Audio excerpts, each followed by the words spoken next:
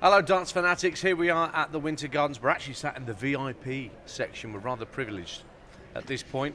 As the men's tournament is ongoing, we really need to spend some time letting you know what's going to happen on Sunday afternoon, because the Women's World Matchplay is held here from 1 o'clock on Sunday afternoon. It will be live on the talkSPORT YouTube channel and on talkSPORT too. Laura Turner has been good enough to join us from the PDC Women's Series, and she's here with Chris Mason and Paul Nicholson.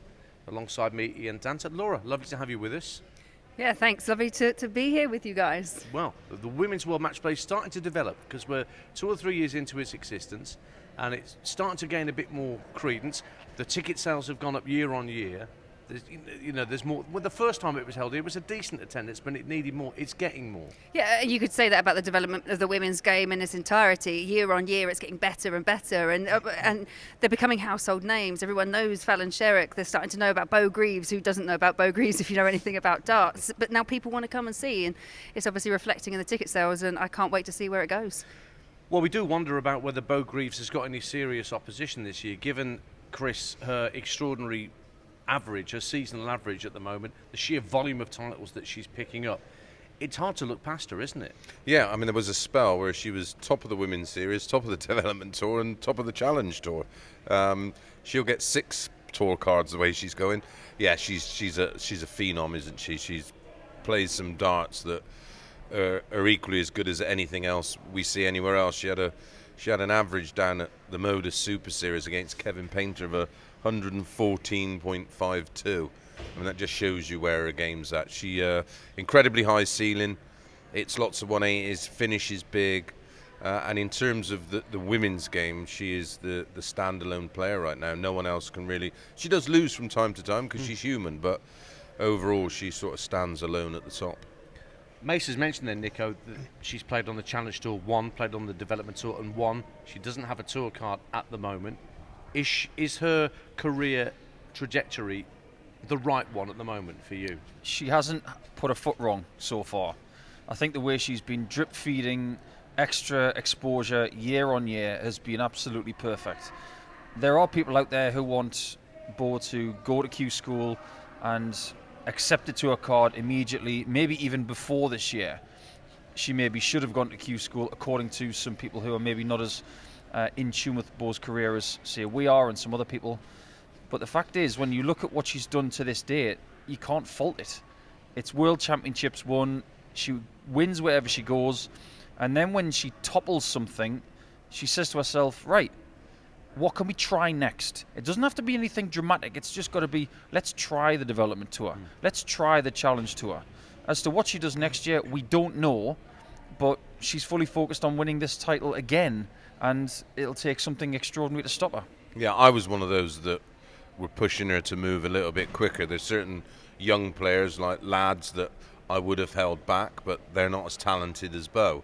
And I felt that she could have moved along a bit quicker, but she makes her own mind up and she does things at her pace, and so far she's done it perfectly. Well, how do you feel, Laura? Is it right for Bo to seek pastures new away from the Women's Series?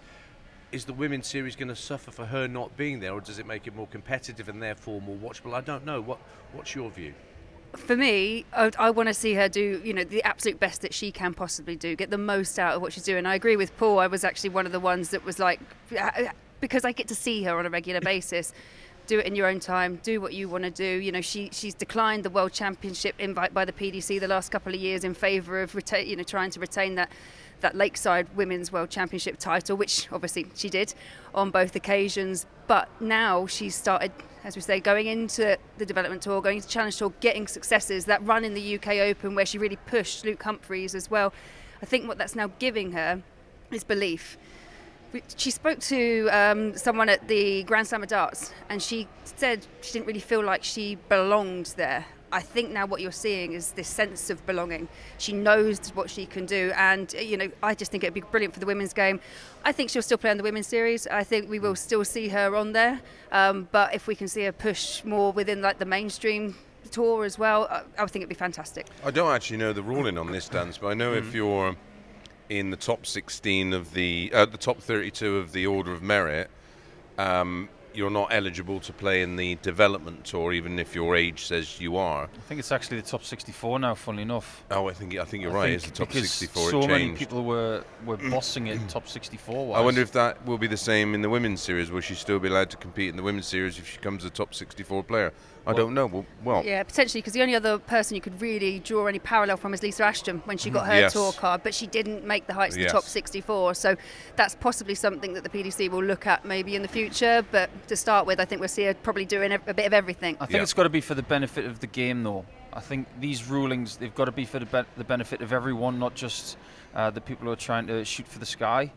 You've got to look at the big spectrum, and these board meetings that the PDC have, they don't look at these decisions lightly.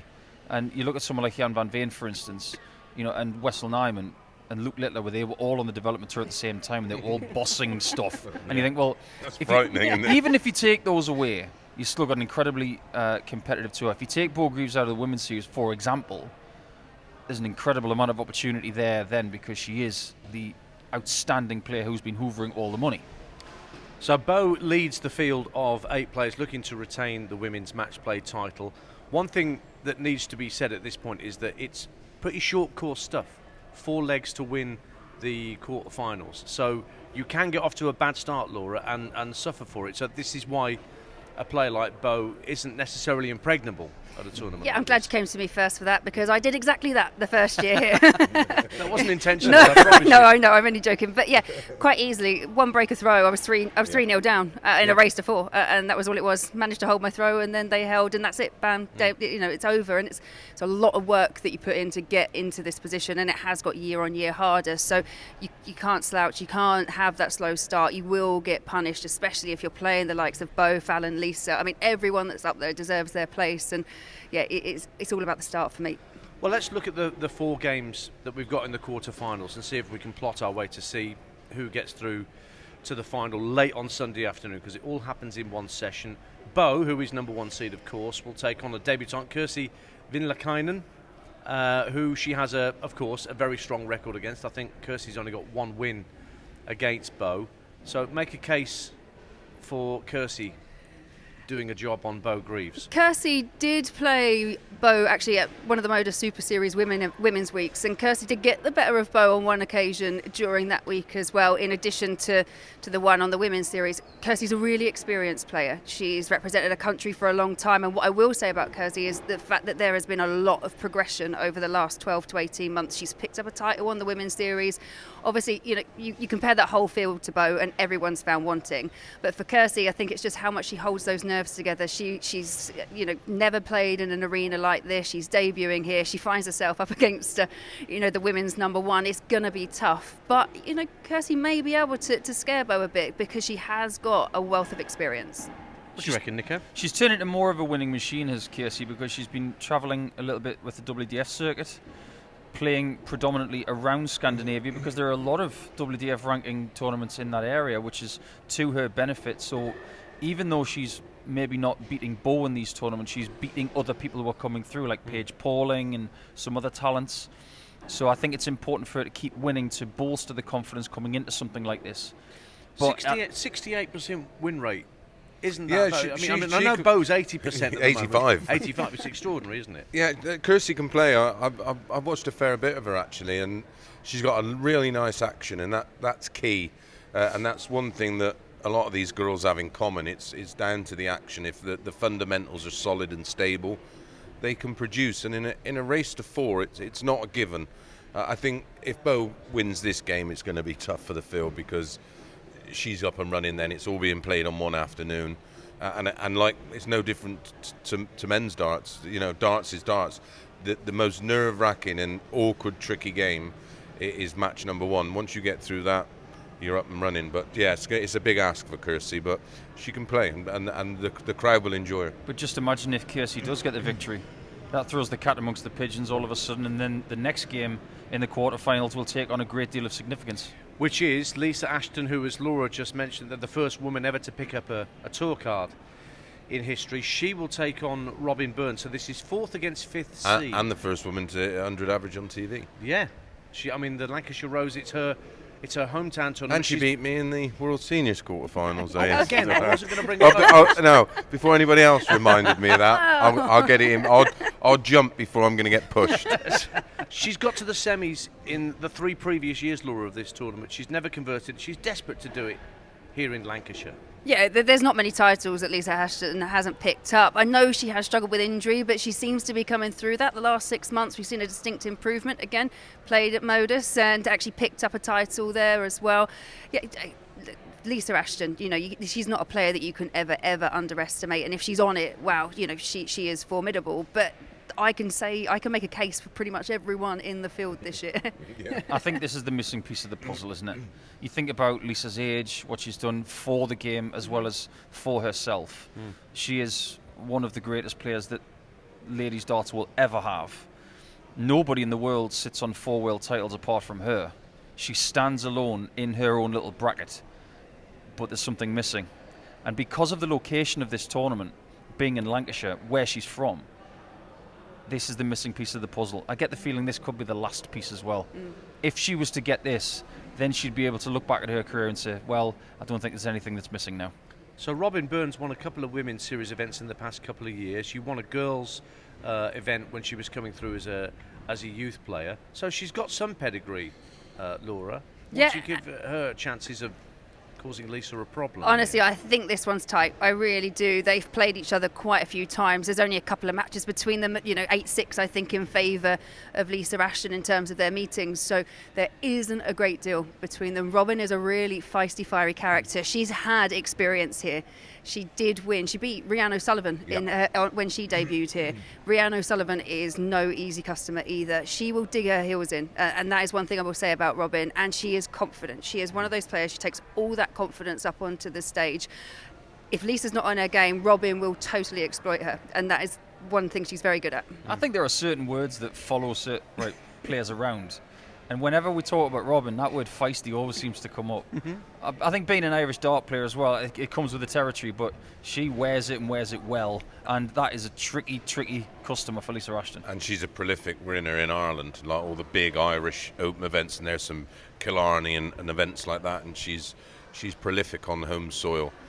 Be interesting the fact that she has been here before. She has tasted a bit of success. Yeah. And it all depends, of course, whether we've got an injury-free and healthy Lisa Ashton. And if we have, this could be game of the first round. Yeah, back in the spring there was a final at the women's series in Rosmar, and Robin was playing against Bo Greaves. Bo was averaging 100 in that final and winning, but Robin was hanging with her for a while. So standard-wise, she's not going to be scared by anybody in this tournament, and she'll look at Lisa Ashton as someone she can take out. She lost to Bo here in the semi-finals a couple of years ago, if I remember rightly, Robin Burns. So that's the second quarter-final. Then you've got the second seed in the third quarter-final. Noeline van Leuven will take on one of the longest established names in women's darts in Lorraine Winstanley, who's seeded 7. They've got a pretty tight head-to-head record. It's just slightly in favour of Noah going into this one. She hasn't won here in 2 appearances, Noah. This stage does appear to have chewed her up and spat her out when she's played it. Does it to players in the men's match play too? Yeah, and sometimes that is something that can linger in the back of your mind if you have had a couple of experiences here, haven't got past that first round. Whereas Lorraine Winstanley, she played in the first edition of this and she did get through to the semi-final. Lorraine Winstanley, she's my practice partner, so I know what she's been doing. I mean, she's been absolutely walloping me on the practice board the last few weeks as well. So she's coming in here with high expectation. She was desperately unhappy that she missed out by narrowest of margins last couple of years, fought to get herself back into a position to be here, but obviously runs into the number 2 seed in Noeline van Leuven, who herself has, she's picked up a couple of titles as well on the women's series. And she's also had a bit more stage experience since being here last year, which I think is crucial. Yeah. Sometimes you just need to, even if you haven't had success on big stages, you've got to keep doing it to figure it out. And since last year, there has been a bit more exposure. There's been a little bit more success as well. So it will be really interesting to see what kind of result we get from this quarterfinal. Yeah, they've both got a fairly similar win rate for this year, 60-odd% for their win rate, both Noah and Noeline. In fact, it's interesting, you were talking about players, Rhiannu's not here, Mikura Suzuki's not here, Eileen de Graaf is not here. I mean, the strength of women's darts generally in terms of those who aren't here, maybe that shows, Laura, where this sport is going. Is this the start of the campaign to stretch it out to 16? I have suggested that before. I think Yeah. I think there's enough strength and depth, and you just run it alongside the men. So you just add a women's game in for however many nights it works out to get them down to the semi-final and play. Well, we've got a youth game going on in between the semi-final and the final. And for the fans, you could have the youth game, the women's final, and then the men's final. I think that makes sense on a Sunday night because, the final usually lasts probably a couple of hours max, unless we got the Mensa Gary Anderson one. I've been beating the same drum for years. I don't know how Laura feels about this, but if you want to get more players from overseas into tournaments like this, you've actually got to go there and find them. What the World Series has done is it's allowed places like Australia, the United States and Canada and other European countries to have something to shoot for. I'm one of the biggest fans of Japanese darts in the world, and there are so many ladies who, if given the opportunity, would probably get here if they had the logistical chance and the prize money to shoot for. It's a long-term project, I get it, but I'm a huge advocate for the ladies' game, have been for years. It's definitely going in the right direction, but there are other avenues to find, that's for sure. Let's talk about the final quarter-final, which is Fallon Sherrock, the Queen of the Palace. We all know her well. She's taken on the feisty Gemma Hayter, who's not backward in coming forward, has said many things about wanting the pay structure to be weighted far better in favour of women in the game of darts. She seeded 6 here. They've got a level head-to-head record, I've checked, 2 apiece. And Fallon's in this strange part of her career where, that exultant period of beating Ted Evans and Mensa at the Palace is becoming a more and more distant memory, and she wants to get back to that place. Can she get back to that place? I've got no doubt she can. Absolutely not. I mean, when she won at the Palace and then backed it up with performances at the Grand Slam, the levels that she's got. Obviously, she's spoken about it. She has had some health issues away from the Oki, so that is something she's having to mitigate. But again, she's picked up titles on the Women's Series. She's really pushed deep. She's seeded here once again. She knows this stage really well. Obviously, she's picked up the inaugural title here as well. So, I'm really confident that Fallon, it will perform, but I do think she's got a very tricky customer in Gemma Hayter. Although she's only been back playing for around 18 months, she has put in some massive performances. Yeah, she's like the Caitlin Clark of darts. She wants to be paid more. Well, you've got to get on the court and actually do it. I think Gemma's a great player, and this is not an easy draw for Fallon, but leave the activism to the side just for this week and maybe go back to that at some other point, because now it's about performance. Don't worry, Dan, you look worried. I'm not even going to go there. You're fine. I'm not even going to go there. I wouldn't have expected you to. Yeah, I think we should glorify ourselves in the fact that we've got this tournament constantly running. It could have been an experiment in year one and said, you know what, did it work? Well, I think it worked really well. And the funniest thing for me, the first year, was when Fallon won it. She could barely lift a trophy because it was so heavy. Yeah. And there's a lot of equality in the trophies because they're the same size. Yeah. So there you go. But this is a really tough game for Fallon. I think it's probably the closest game of the quarterfinals. Gemma's made semi-final at a couple of women's series events this year, so she's gone deep in some of those tournaments, so she stands a chance. It is, though, as I say, best of 7 legs in the quarterfinals, Gesundheit. When it gets to the semi-finals, it's best of 9 legs, so it does creep up a little. The final is best of 11 legs, and the prize money, seeing as we were talking about the moolah, £10,000 to the winner. So it is a world away from what the winner of the men's tournament will get, which is 200,000. Don't do it, Dance. Don't do it. I won't do it. It's relative, isn't it? Yeah, it's all relative, but certainly, as I've seen from the increased ticket sales from year on year, there's something happening with the Women's World Match Play. Then it's just a question of how many more women players want to be integrated into the World Championship events and things like that, Laura. Yeah, and for me, it's something that women have fought for a really long time, just to get these opportunities. We're getting these opportunities, and now, but we're seeing year on year there is growth. So we started off with kind of just a one-day qualifier, which then turned in, for the Grand Slam, which then turned into an actual women's series off the back of Fallon's win. That's then grown again. We've got more women's series events. We've now got the match play. This is the 4th year of the match play. We've seen women in the Masters as of earlier on this year as well in those prelim rounds. So there's definitely progression, and as long as we keep seeing that progression, then I think for the majority of the women, it's something that has taken time. It's not going to happen overnight, and it needs to have numbers to support it. Yeah, and the PDC have invested a lot of money. Yeah. A lot of money, and continue to invest money. It's no money spinner. So anybody wants to talk about the narrative of equal amounts or then what the PDC can do is say, well, I'll give you 10% of the profits. And they get nothing. We are out of time. We are out of time. But just quickly, your winner? I can't see past Bo, I'll be honest. No. I feel like there's an echo in here. Bo Greaves. Yeah, it is definitely Bo Greaves who is the woman to beat at the match play. You can hear all the action with our live and free watch-alongs on the talkSPORT Darts YouTube channel on Sunday afternoon. It all kicks off at 1 p.m. with Bo Greaves kicking things off. Make sure you're with us, and we'll find out who wins the Women's World Match Play 2025.